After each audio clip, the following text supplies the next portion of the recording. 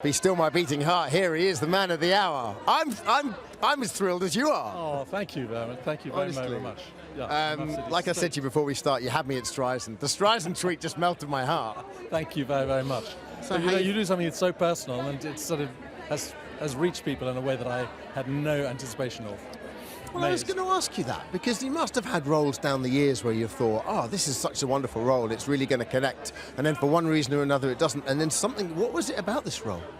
I have no idea. I think it's a combination of Melissa McCarthy, this script, and the director, and just I don't know. I can't actually tell you.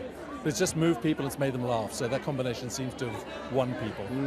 Did you have that feeling when you were working on it? Every job feels like you go into it, it's like it's a romance that you hope that you're going to fall in love with the people and that it's going to turn out a good, have a good result at the end. But I had no idea that any of this would happen. I've been working 40 years. I've never won anything or been nominated for anything. So to have all this is out-of-body experience for me, genuinely. It is. You've won many awards. So I know exactly how you feel. Virgin territory.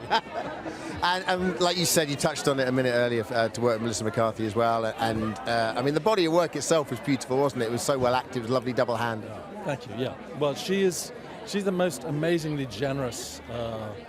She treads the line between hilarity and heartbreak like very few actors can. So that in itself, to work with somebody who does that, your game is upped instantaneously. So I owe her everything. I think almost every actor I know has this experience where it's like no is invisibly tattooed on people's heads. They go, we don't want you, we're not going to give you the job, we're not going to give you the break or the chance. And once you accept that no is the default mode that people go into, and you get used to that, you go, well, I'm going to keep trying until you break through, until somebody says yes.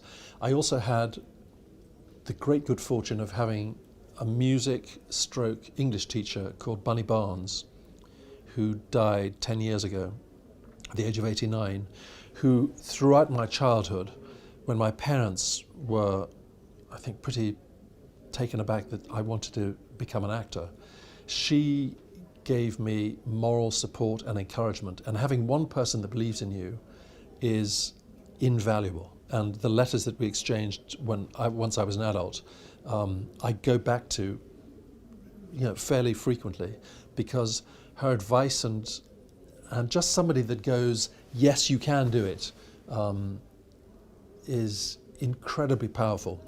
When I had completed drama school training in university, this professor gave the end of year assessment of what he thought your career prospects were as professionally as possible. And he said, you look too weird to really make it as an actor, in my opinion. He said, you've shown real talent as a director and a writer. I think that is going to be the path of your career.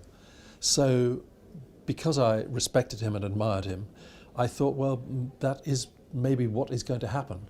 So when I finally got, the first movie role that I ever got in 1986, playing Withnail in Withnail I, all of his advice came to haunt me, in that every single review that I remember reading talked about the fact that I had lantern-jawed, tombstone-featured, sepulchral, bucket face. It was concentrated on what I looked like, and I thought, oh, that's exactly what the professor told me.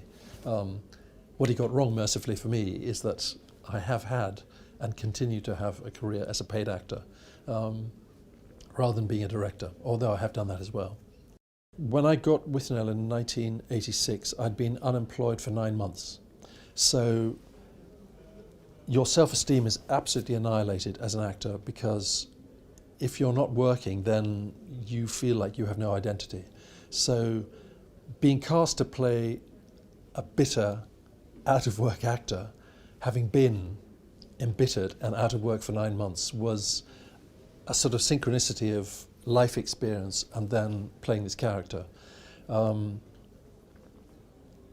Certainly this character's self-destruct button and sense of entitlement is not what I feel that I have, but it's the irony of having played an unemployed actor, which has led to almost every single job I've had since, including this Melissa McCarthy film that you know, I mean, at the moment, Can You Ever Forgive Me, as a result of being in that film 32 years ago, is something that still amuses me that it's had that fallout effect, really. Bruce Robinson, the fucker who wrote that part, is a sadist. And I told him that I was allergic to alcohol when I'd finally been told I got the part after 2 weeks of auditions.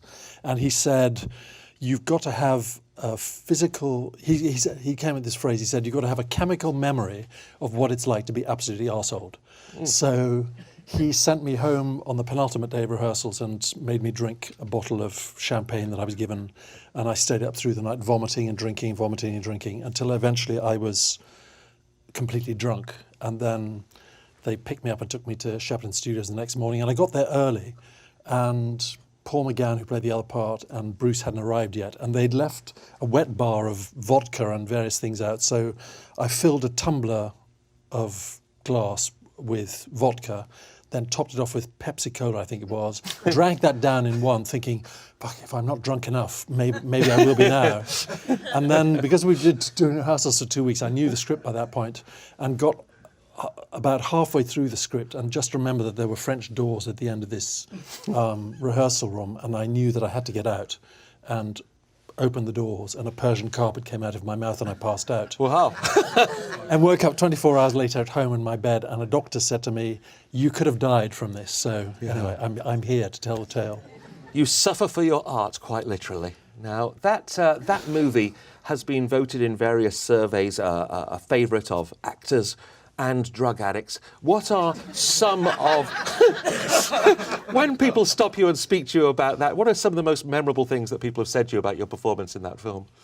Well, because it has this ongoing cult following as a result of DVD and video previously in England, there's not a day that I'm on a bus or the tube or subway or whatever, certainly in England, where somebody will shout out a line that is appropriate to a circumstance from that film. So I've had everything from Monty, you terrible, to Scrubbers, to we've gone on holiday by mistake, or I've been in a restaurant, somebody said, we want the finest wines available to humanity. I mean, there seems to be a line that fits from ever. And then, of course, the people who are 99% of the planet who've never seen or heard of this film go, what the fuck are they talking about? Yes. So, you know, that's how it's been. And essentially, you know, I've had I suppose what you call a journeyman actor's career, in that I've had some fame and recognition, but I've not had the kind of career where some people only get to play one kind of part, and that's what they're forced to do. And I worked on a disastrous movie called Hudson Hawk 30 years ago with Bruce Willis, and he said to me, why are you prepared to play people who are sexually deviant or morally this or whatever? He said, because I play heroes. And I said, do you not find that limiting or dull in any way? He said, you English guys are prepared to play people who are unsympathetic or weird or oddball or whatever. And I said, but that's what makes it interesting. Otherwise, you're just doing the same thing, aren't you? And he said, well, I earn a lot of money doing that, and I couldn't argue with that.